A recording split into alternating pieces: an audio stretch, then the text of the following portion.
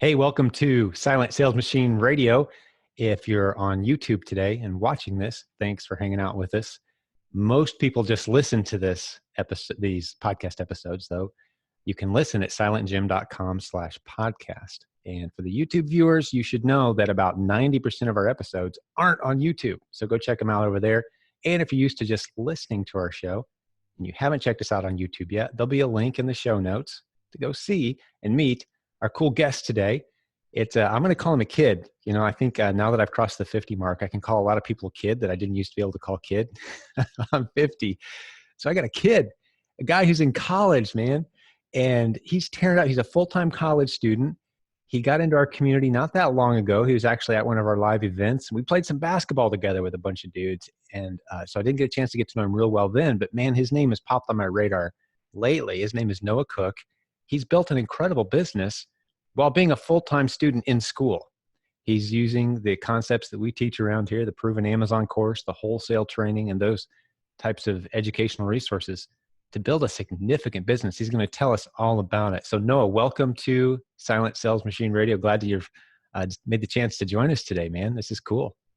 Thank you, Jim. I really appreciate it. Yeah, and I never expected to be sitting here talking about this. 10 months ago, I didn't even really know what e-commerce was, and I had no idea that there were people out there that their business model was to buy and resell on Amazon or, I didn't even know what private label was 10 months ago. And CES really got me fired up, and it really got me thinking about some things, and it's very good to be here. Man, that's beautiful. So the live event that you attended, that would have been in Indianapolis, was our last big event in 2018. That's kind of what lit a fire under you, huh? Tell us your story a little bit. Just give us kind of a timeline. It was, yes. And I actually had a friend. I've only known that friend for about a year and a half, but Ryan Rieger spoke at my friend's college in Indiana. And, that is my friend's full-time business. He sells on Amazon. He's been doing it for years. So I kind of watched him, and I really kind of doubted it. I didn't think it was a sustainable model, back a year ago when I kind of figured out what my friend was doing. But ultimately, I, watched him, and, I'm full-time in college. I'm very involved with church and a lot of recreational activities. Had a lawn care business, sold half of that to my brother here recently because Amazon's gone pretty well. Involved with some real estate with Grandpa. He owns a real estate company. But really had no clue, didn't see this coming. I watched my friend, still doubted it, committed to CES. I wasn't really sure what was going to happen there. And I still remember when we got at the hotel that night, and, it was a no-brainer for me to go. My parents live in Indianapolis, and, it was held in Indianapolis last year. But I went up and started making some conversation with people, and it was actually Jenny Hunt who I was talking to. And I had no clue who she was. And I just was thinking to myself, man, this is a really nice lady. I can't believe how helpful she's being. And then, kind of figured out she was speaking there. And that really got me thinking, like, wow, this is legitimate. I'm excited about this. That's so great. That certainly is a way to get exposed to the true heart of this community, is to attend one of our live events. Since we've brought it up already, this is a good time to remind the viewers and listeners that they can go to silentjim.com/podcast to look up this episode, see any links or resources or events that we reference, such as our upcoming September event. Hopefully you can be there. You planning on coming in September to the Proven Conference? Oh, absolutely. I'm very excited. That's great. All right. Good to hear it, Noah. All right. So let me, just for those who don't know, for the listeners, if you go to theprovenconference.com, again, the link's in the show notes, you can see, we used to call it CES. But one of the things we discovered, Noah, was there was some confusion. People thought we were the Consumer Electronics Show, like, interesting acronym there. So we got some confusion there, and it wasn't very descriptive. But we love this word proven. It's in everything we do, our Proven Amazon course. And most of the courses we come out with, we put the word proven in there because we've tested them. We've proven that the concepts work, and then we bring the course to the community. So the Proven Conference, hey, we've done it 6 times, coming up on 7. I think it's a proven model now, getting people together. So we're calling it the Proven Conference. Glad you're going to join us. It's going to be in Central Illinois this year. All the details are on that page, but that's super cool. I had to be talked into, I don't know if you knew this, no, I had to be talked into doing live events. It wasn't something that came naturally to me. But I can say at the point we started doing them, that's when this really started to feel like family and community to me. I started truly understanding what it meant to be a part of a community. It's something that's bigger than yourself at that point. Because up until then, it kind of felt like monopoly money to me, and it wasn't real. Uh, Yeah. but I want to go through the skepticism that you had. Like your friend said, "Hey, this is legit." Talk to us about that, because I think a lot of people are right there where you're describing. They're like, "Hey, is this legit? I don't know. I know some people are making money with it." Like, what were your first instincts? Did you think it was a network marketing thing, or like what was it about it that made you feel like it wasn't legit?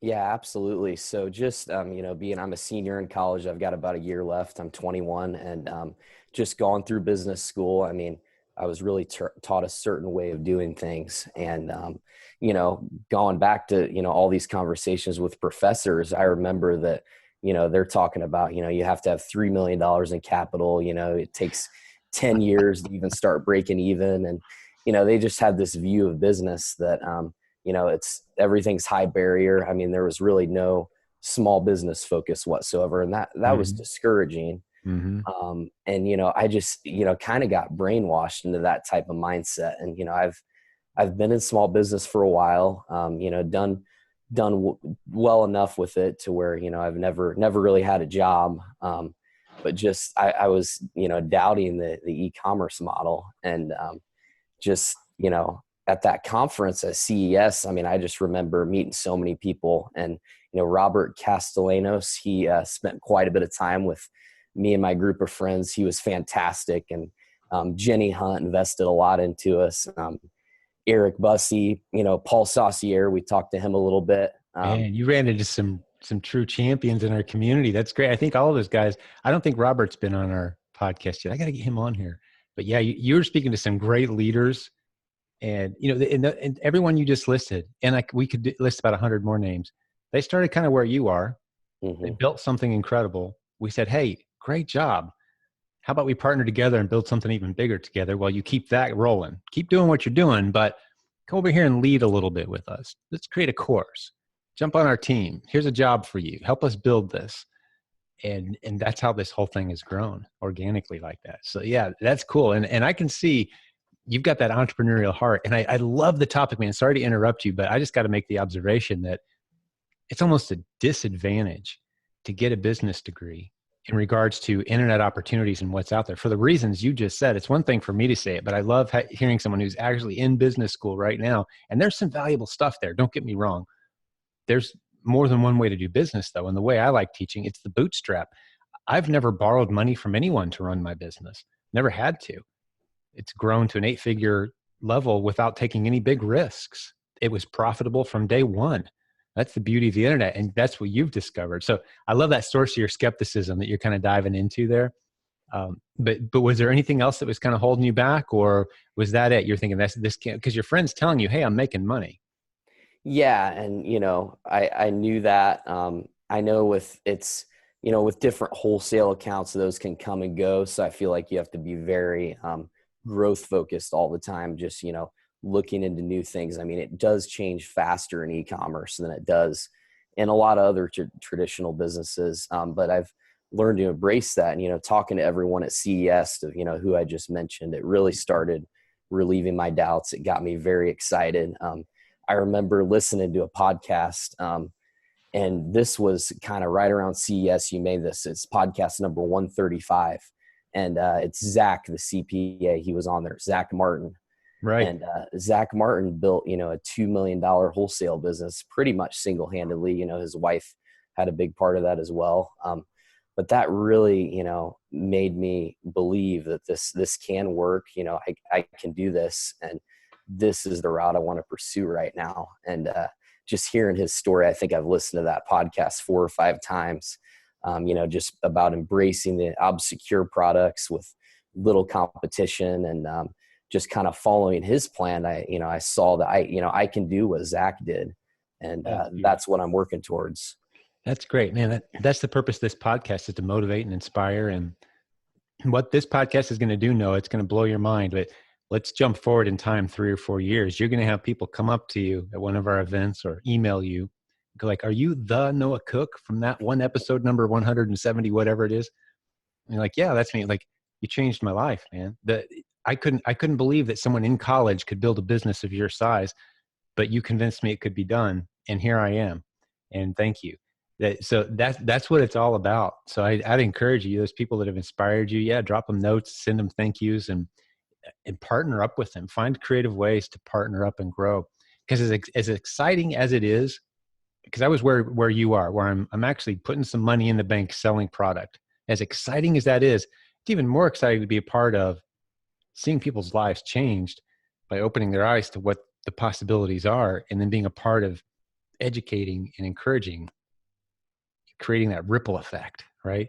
So Yeah. I'd encourage you, just to be a part of that, and, step into, once you've proven that you're capable of success, the door is wide open. I would offer this to you, Noah, and to anyone listening. If you're succeeding and you see a gap in the stuff that we teach around here, or you see a way to do it better or different, and you want to help be a part of teaching that, one, it pays very well.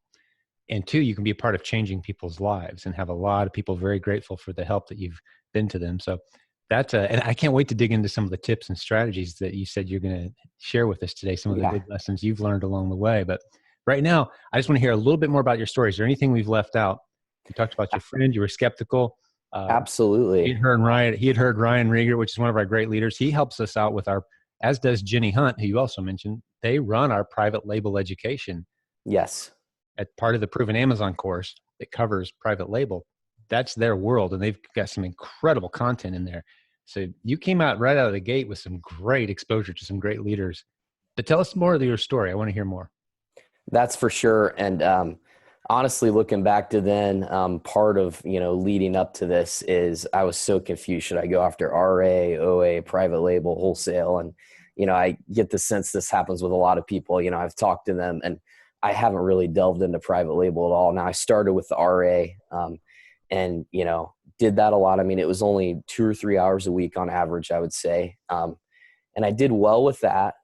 What that did is it really, accelerated my learning. I mean, I was very committed to looking at Kiba, looking at the data, understanding that whole process. And then I started thinking about wholesale, and just, after CES, I was very excited, but I wasn't full in yet. I wasn't fully committed to actually building this business. And I think I gave up, RA, November, December of 2018.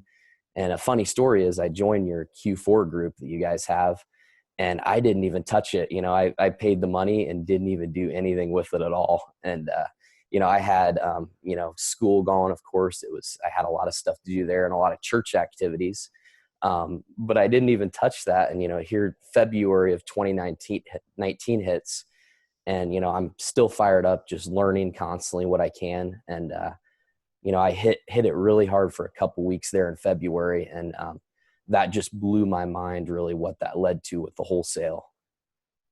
That's beautiful. So you missed out on, what I love about your story right now is you were too busy to even cash in on the hottest time of the year. Mm-hmm. And you've still built an incredible business, because this is a year-round business. Some people think it's, just because there's that spike in October, November, December, Q4, they think, well, that's when you got to work hard, and that's when you can make some money. But this is a year-round business, and the wholesale model, it's a year-round model. Now, what you're going to see, since you haven't been in this through many cycles yet, is this business explodes in those last 2 months of the year. Your sales, you could easily get half, if not more, of your total sales from a 5-week period right there, where people just go crazy shopping for Christmas. It's beautiful, but it is a year-round model. But I want to start diving a little bit into what you're doing, what strategies you tried, how you landed your first contracts with some of these wholesale companies. How complicated was it? Did you hit any roadblocks? Let's dive into that part of your story a little bit. Fill us in on when you started making some money. Absolutely. So looking back, I learned a lot at CES. I learned a lot from my friend. Although, we're obviously separate sellers, but we did brainstorm together quite a bit, and that was huge because he had some experience there. But really, the proven wholesale sourcing videos that you provided, and then, just implementing some stuff from Pack really, really helped just give me the fundamental knowledge to actually, the process of how Amazon works. And once I kind of had a lot of that down, I focused on building this, wholesale lead list, just using Excel, a simple, you know, Excel spreadsheet with, contact phone numbers, how many times I've contacted them. And what I found was when I started getting organized with the data, I think I had 130 leads there, within the first week of February. And, I learned a lot about, developing more of an eye for what products are going to do better. That really, those leads, I'm still working on that now. And just getting that system down of using the Amazon catalog, like Teresa Rose teaches, to develop these leads. And, it's existing listings for me right now. Like I said, I haven't even really created a listing yet. I've done a few bundles, but it's really been mostly the existing listings. Oh, that is a powerful strategy. And let me just fill in a couple gaps on some acronyms and names we've dropped here for the sake of the listeners. Noah, Noah mentioned the Proven Wholesale Sourcing course. That's a course that does sell on its own, but it's also part of the Proven Amazon course. It's one of the modules. Teresa Rose is the one who put that together for us. It is incredibly powerful. There's a few dozen different strategies for finding wholesale companies where you can source profitable product. It sounds like one of the strategies you did was digging deep into Amazon, looking for products that used to be hot and aren't selling anymore. Is that one of the strategies that you latched onto? I kind of think I heard you describing that. Yeah, that was absolutely part of it. And, I really, really dug deep. There were times when I would, do it for about 12 hours straight. I'd stand up and take breaks, but, I would get on maybe certain keywords in my head, and just that would lead to all these rabbit trails of different potential opportunities. And, what I did with that was, a lot of these items that maybe weren't selling great, I figured, the Kiba data is okay. It's worth testing, 10 units. And a lot of these, the two exclusivity deals I have right now, they're both, just verbal exclusivity. It took me a good month or two to get those in place. But I sold, 5 times more than what it was selling before. And, these manufacturers just can't believe it. They're used to, only selling, a fifth of the items of what they were selling before. And, some of these right now, they're having to go to, their China, and they're having to order, thousands of units because they've never really had this type of demand from, one person. So because you've become their biggest sales rep. Pretty much on Amazon, at least. So I have a question for you. I want you to think about, what changes did you make to the listing, or what strategy did you deploy to make the product that used to be selling at one level go up and sell 5 times faster than it was? So that's the question I'm going to have for you in a minute, but I want to make a couple observations for the listeners before you tackle that question. Okay, Noah? So the first thing you said was you'd spend up to 12 hours just kind of digging deep, following these rabbit trails. And the visual I had as you were saying that is, once you've gone through that module of the Proven Amazon course, the wholesale sourcing training module, it's like we give you this pair of glasses that you can wear when you're sitting on Amazon. No tools needed. Just go into Amazon using the search bar, digging deep, and you've got these glasses now where the gold kind of jumps out at you.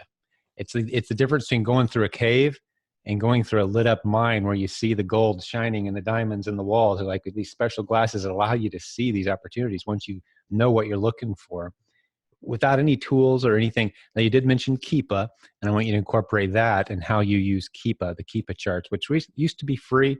Now people pay a few dollars for it. How you use that. We don't need a Kiba tutorial. We teach people in the course how to do it in depth, but just tell me how you used it, what you looked for. My goal here, Noah, is people can walk away from this episode thinking to themselves, I could go do that right now. I don't need any training. I could take a stab at this. So let's give people some real nuggets here, if that's cool with you. And then I want to keep the story rocking with my other question too. You got track of all that? Absolutely. Trying to. Yeah. And with Kiba, the RA really helped with that because, I would look at the Kiba chart, and then maybe the item would sell, maybe it wouldn't.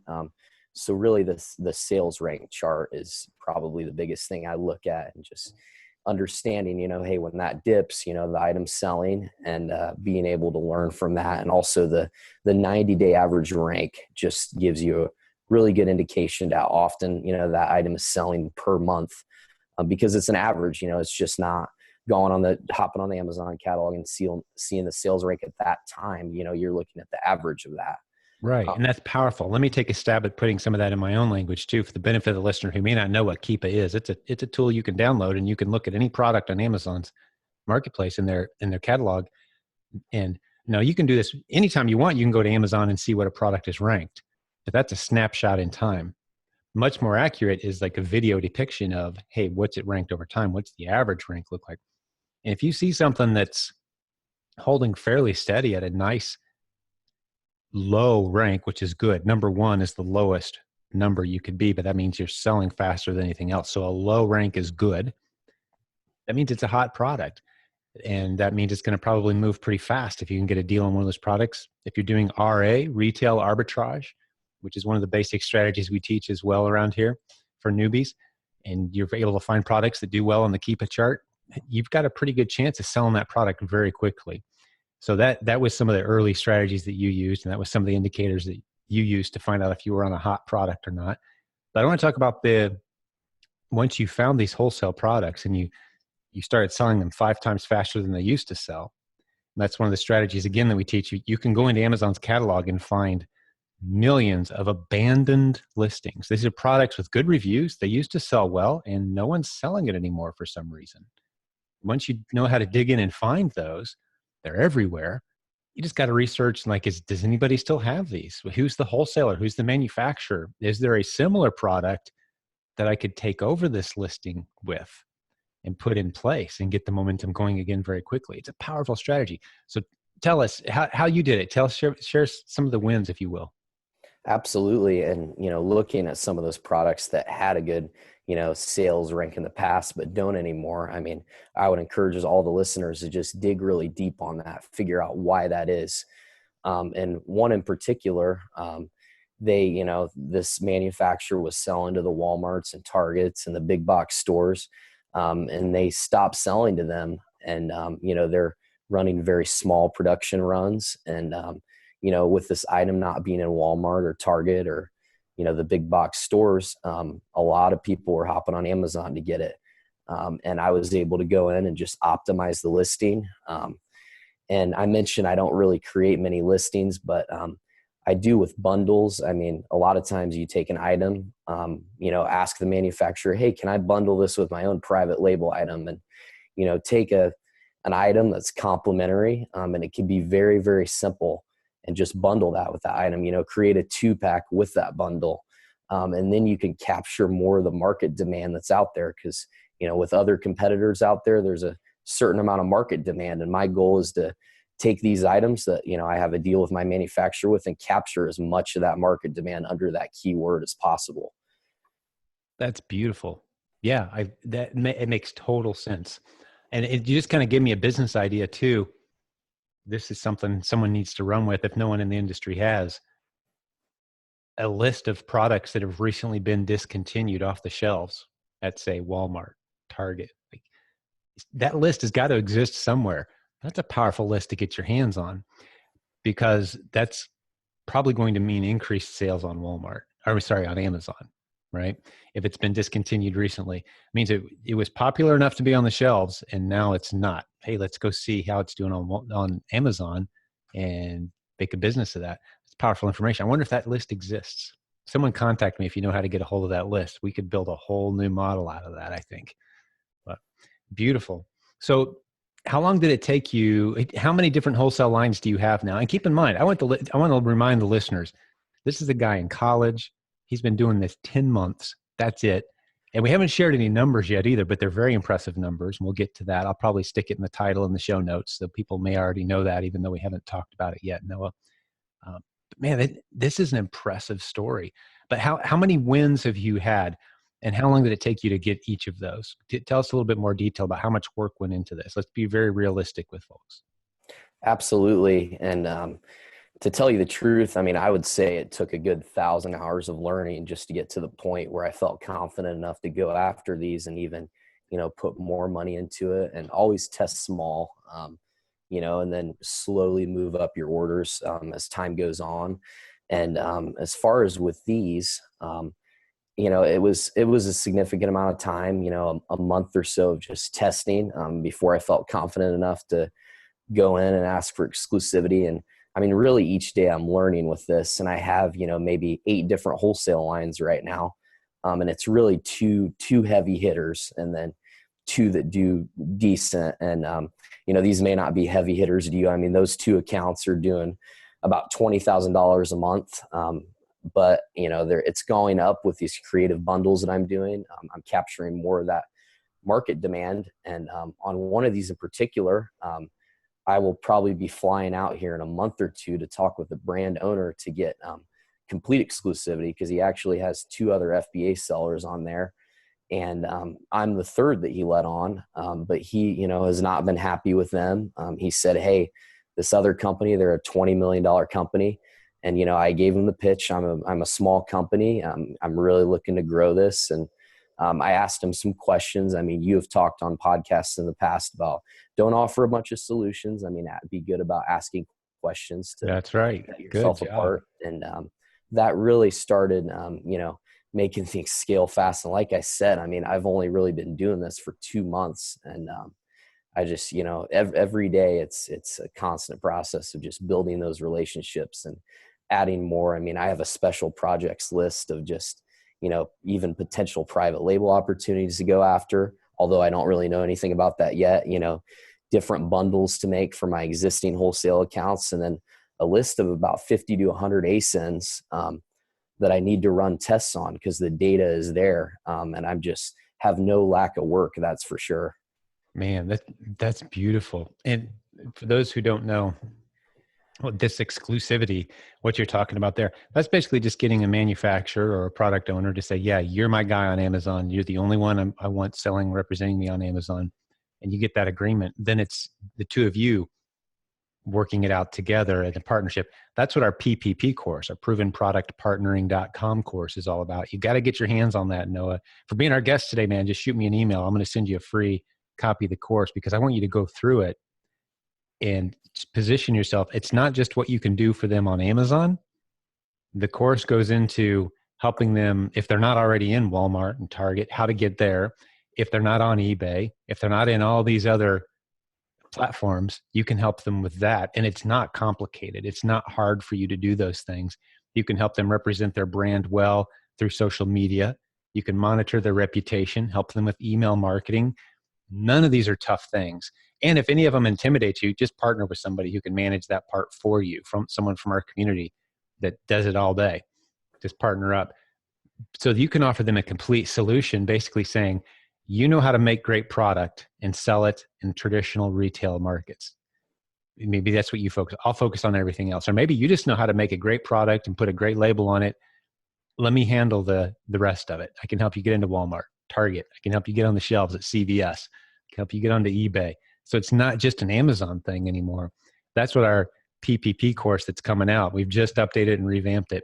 I think you're going to love it. No, it's going to position you to where I don't think you're going to have time to put your business degree to work anywhere else pursuing all these opportunities. Because once you get a good reputation with one of these manufacturers, they hang out with other people. They're going to be banging down your door. You're going to need a team within 6 months. Wow. It's such an in-demand arena that you're stepping into. Thank you, Jim. And it is exciting with the product partnering. I would encourage all the listeners out there, look at all your local manufacturers. I'm in Northeast Indiana, and I've already scouted out a lot of local manufacturing companies. And I hit on one here a couple months ago that just is killing it on Amazon. And I'm in talks with them, and I'm taking it very slowly because the numbers are just so big. I want to have a good plan going in. And, they're talking to me, and I'm trying to approach it in a very creative way. Putting myself in their shoes and thinking, what are their risks with this? Mm-hmm. And just taking it from that perspective. And, my next step is to actually just test a few of their SKUs and show them, hey, if we take this and actually go FBA, as the manufacturer, they only have an FBM offer. Right. And it looks like they maybe have some type of exclusivity with one FBA seller, but I'm trying to partner with them, the manufacturer, to, use their own account and, go FBA instead of FBM. So the local manufacturers, I mean, there could be huge, huge opportunities there. You know, you drive past them every day, perhaps, and it's a no-brainer to just go after that. Absolutely. And I say all the time, 90% of the products that could and should be on Amazon aren't there yet. We're just getting started. You threw out a couple acronyms. I want to make sure the newbie listeners, those who are new to our show, anytime I hear an acronym, I'm going to try to keep you up to speed. Okay. That's my commitment. FBA, FBM. What is that? What's the difference? Well, FBA is when you ship products to one of Amazon's warehouses, and Amazon does the fulfillment. FBA, fulfillment by Amazon. That means they're the one putting the tape on the box, putting the address label on when it sells, sending it to the customer. FBM is fulfilled by merchant. That means you're keeping the stuff in your garage or your warehouse, just like with the eBay model. Those of you who've been around long enough to do eBay, when something sells, you're the one that's got to put tape on a box. You're the one that has to put an address on it and send it to the customer. That's the basic difference. So Amazon charges a little fee with FBA for the convenience. But the beauty of FBA is you can charge a whole lot more money for the product because Prime shoppers love that 2-day guaranteed delivery. They love taking advantage of their Prime membership. They will buy FBA over FBM all day, every day. They'll see it's shipping from Amazon. They know it's in an Amazon warehouse. They love the reliability. They don't want it to take a week to 10 days. They want to have it tomorrow. So you can charge a lot more money. So that's kind of the difference without diving real deep on the topic. But great stuff. It sounds like you're already exploring, Noah, getting into some manufacturer relationships. And ultimately, this is a relationship business. I would encourage you, because you're significantly younger, start keeping track, just a list of names of people that this business has. And you've already mentioned a few. And I love that you see how important people are and those relationships are. Just keep a journal or something where you keep a list of the names over time. And that list is going to grow and grow and grow. And the bigger that list of names are, where people that you've worked with, you could partner with, you could call up and say, hey, I haven't talked to you in a while. How's business? Fill me in. My two favorite questions, Noah, are what are you working on? And how can I help? If it's been a while since you talked to one of the people on that list and you kind of feel stuck or kind of feel a little burnout one day, which will happen to all of us, flip that book open. Call a few of those people. Don't just send an email. Give them a call. Shoot them a text and say, hey, can we chat real quick? Can I get on your calendar? What are you working on? How can I help? That'll open up a floodgate of new opportunities every single time. And that list of names is the best asset you'll ever have. A list of names of people who can't wait to hear from you and work with you. And you're already building that list. So kudos, man. That piece of paper I just described to you is worth infinitely more than that degree you're going to get when you graduate. Tell you that right now. Absolutely. Hopefully that resonates with you. Well, what other parts of your story could we share with people? Maybe some tips for people who are brand new. What would you say if someone's we've kind of convinced them, okay, maybe this is legit. Maybe I should give it a shot. What are their next steps from your vantage point? Absolutely. And it kind of has to do with, in my experience, by what you're talking about with the relationships. And, I have grown into, I was homeschooled growing up, and that, teaches you kind of a different way of thinking. But I've, been around a lot of adults my whole life. And, I've just learned, you genuinely put a value on people. And I think it was your son, Trey. I mean, I spoke to him quite a bit at CES too. And he mentioned when he spoke there, be willing to pay someone for their time. If you look up to an older person and you see their wisdom, ask them if you can pay them for their time. And a lot of times they're not going to let you pay them. They're just going to do it voluntarily because they love to help. But I've taken that very seriously and just asked a lot of local leaders, can I buy you lunch? Can I buy you dinner? Can I buy you coffee? And those relationships has just added so much to just inspire me, and you learn about a lot of the risk management, different. I've gotten really good legal advice, and one guy in particular, he's a big Amazon seller. He has 35 employees, and he's probably became a decamillionaire in 7 years of selling on Amazon. And he just met with me last week, and I learned so much from that.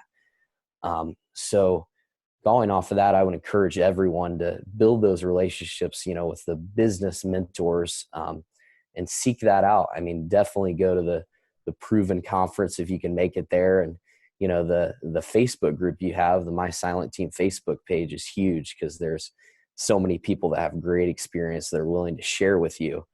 And I really latched onto that. And because of that, started growing a lot faster than I could have just on my own. That's beautiful. Man, I love it. You're like a living commercial for what we try to do around here. It's beautiful. The homeschool thing, I didn't realize you were homeschooled, but I think there's one advantage there that comes from that I've observed. And I'll actually make this observation through I'll tell a short story. I was speaking. This is actually back when I was first getting to know my partner, Brett, and his team that he built. And we were kind of starting to merge his team with my team. And now it's like one unit. We've fully legally merged our companies to the point where we're like, who's on what team? We don't know. But when we first started that process of getting to know, I went out, met with there's about 20 of them in the room, and I talked for a few minutes. And then I made the observation at the end to a couple guys in the front row. I made the bold observation. And I said, were you two guys homeschooled by any chance? I had no idea. I had no way of knowing. But by the way that they conducted themselves, there was a big clue that I knew that there was a very high odd that they had been homeschooled. And I called it out. I said, you two, were you guys homeschooled? And they both looked at each other and like, how'd you know that? And their dad was in the back of the room, and I didn't know that time. He's like, how did you know that? They all three were like confounded. Yeah, we were homeschooled. And I said, well, you guys by far asked more questions than anyone else. And in my experience, in a group of people, the ones who are like not afraid to raise their hand without hesitation and just ask a follow-up question. I have another question. Oh, I've got another question. Oh, and on top of that, people who are willing to do that, a lot of times they were homeschooled because they've never had it pounded out of you that it's uncool to ask questions. Like, you were never exposed to that, right? I went through the public school system. I was kind of exposed to that. You don't want to be that kid in the front row that's like, I have another question. Oh, I have one more. Oh, that's interesting, teacher. I have one more question. Like, that's you're ostracized. And anyone who's been through the classroom setting, and like, I would even imagine you've experienced that in college, Noah, like, you don't want to be that guy, right? It's like question, question, question, question. And the professor's Absolutely. eventually like, okay, anyone else besides you have a question? In homeschool, you can ask as many follow-up questions as you want, and it's ingrained in you. So the only reason I bring that up is there's a huge advantage there to just not being afraid to ask the questions. If you're stuck, and that's what we love the Facebook group. If you're stuck, it doesn't matter what point you're stuck at. You could be stuck at the point where, like, I don't know what page to go to sign up to get an Amazon seller account. Could somebody help me? Yeah, sure. Boom. Here's the link. No one's going to make fun of you. No one's going to laugh at you. We were all there at some point. That's your current roadblock. Let's help you get it through. All the way to something you might run into, Noah, is, okay, I've got this guy that's selling $3 million a month on Amazon. He wants to turn it all over to me. How is this something I'm capable of managing? Is there someone out there that can help me? Like, okay, yeah, here's someone who's been down that road. We can help you over that. So anything in between, that's the power of community. That's the power of not being afraid to ask questions. And you strike me as the kind of guy who's not afraid to ask questions. Yeah, that's true. I guess I've always kind of had that. And it's funny you mentioned, that it kind of singles you out in the classroom in college. That's for sure. And there was one professor, I think I met up with him one-on-one 4 times in the semester just to, he was a lawyer and he was my business law professor. And I was just so intrigued by that, I had a million questions. And I would, go to him for an hour and a half, after class or whatever, to his office to ask him all these questions. And he loved it. And, looking back, that was a very important time, and it's helped me a lot in business in the future. But, I could probably write, on 5 pages, what I'm applying to Amazon that I've learned in business school. I mean, there's some basic accounting and finance and some business law and basic economics, but, you could all, everyone out there, if they don't have a degree, you could, get this just by reading books or even, asking questions to, business people around you. And it's been very encouraging just to see that, there's a different way of doing things. And I'm learning to really embrace that more and more as time goes on. Yeah, beautiful. I mean, you put all those skills to work at some point, but mainly it'll be the relationships and contacts. That's the thing I took away. I have a business degree. I was a poor student. I was very distracted. I was trying to run my own business. I imagine I was a lot kind of like you are, except I got terrible grades. And you strike me as the kind of guy who's probably getting decent grades. I got terrible grades. I just couldn't find the time because I was busy doing all these other things, including working 3 jobs. It would have been great if I had Amazon. I'll tell you that, because I couldn't find, the internet stuff just wasn't happening yet back in the, late 80s, early 90s, man. It wasn't even eBay time yet. So it was a struggle. But you've been able to do both, to do it all very, very well. You're another example. I'm going to make I've got this mental checklist of people that kind of destroy excuses. And you're a guy that kind of destroys the, oh, I'm too busy excuse. Like, man, you're going to school, you're doing well for yourself, you're pursuing a great degree, full-time college student, and building an incredible business. And we haven't shared a whole lot of numbers yet with folks. If you don't mind, you don't have to go any more detailed than you're comfortable, but what does your business look like these days? What are the numbers? Absolutely. So last month I did right around $30,000 at 40% profit margins. This month it looks like I'll do, around 40, 45, and hoping to just keep building that.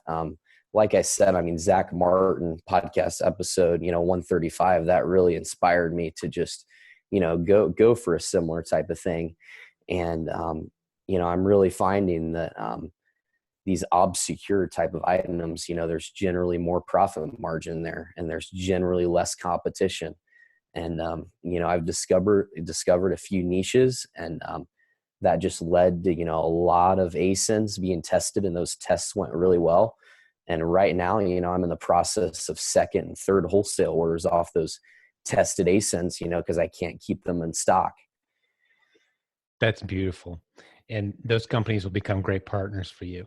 You may even find yourself advising them on what the next products they should produce, right? Based on your knowledge of keywords, because it's not about product, it's about keywords, as you're very quickly learning. Like, there's power in keywords and those words. And if you can be the first to serve with a quality product, a hot keyword, that's what our Dynasty toy laser tag story, and it's over my shoulder. If you're watching the video, I got a little right here, right over my shoulder, one of our guns. It wasn't that we made a great product and it took off. It was that no one was meeting the demand for the search laser tag that was already happening. People were searching for it, and there wasn't any quality product out there in any kind of significant volume that anyone could latch onto. And we found it, and we filled that gap. And it exploded into an 8-figure business. So the keyword is the magic. And you expose that kind of thinking over to your manufacturer, suddenly they're going to be bringing you in saying, okay, what should we make next, Noah? Advise us. What can you sell? we want to keep working with you, because you can tell us what's going to be hot next based on keyword research and using the Amazon platform. So yeah, a very bright future, man. I have a feeling we're going to have you back in 9 months, and the story's going to be 10 times bigger, and you're going to have a team, and we'll be tracking you down in Hong Kong or something, man. You'll just be tearing it up, dude. So what else are you excited about? What else are you working on?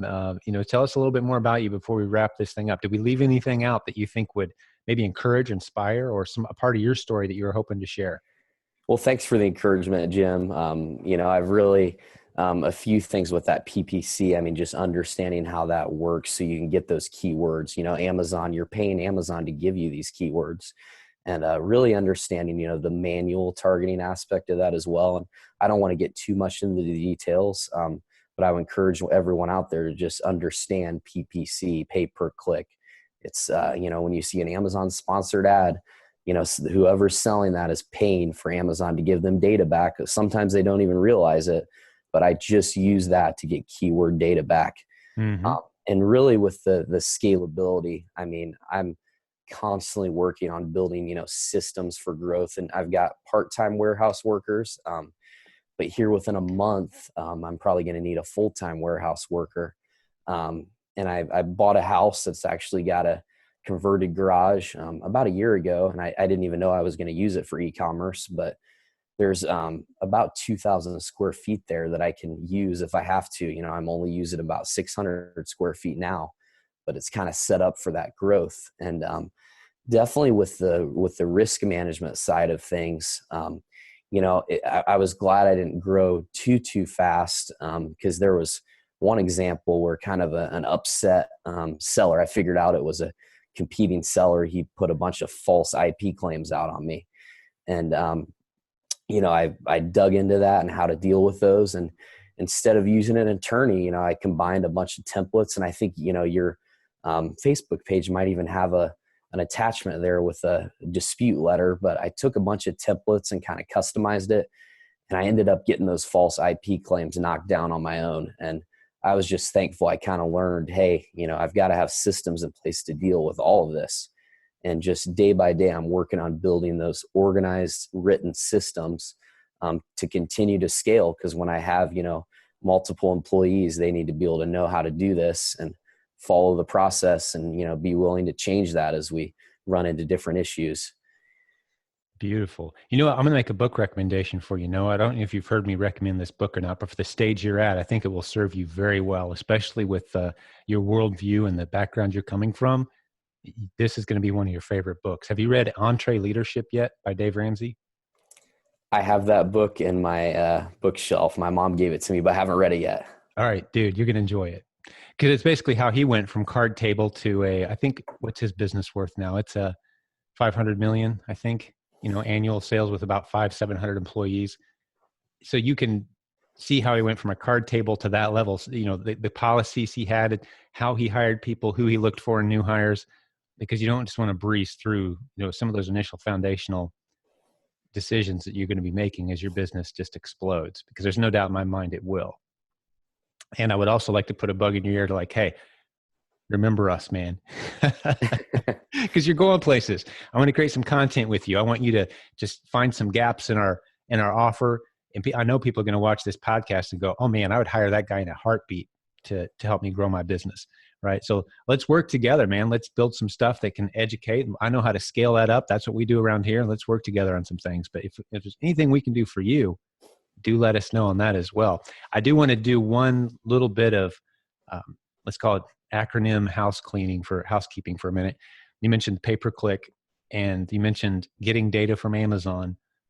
And let me just tell the listeners, if you haven't heard these episodes, I think it's episode number, I'm going from memory here. It's like 16, episode number 16 and episode number, I believe it was 32. It's 31 or 32, where Brett and I go pretty deep into the PPI strategy, and several episodes since then.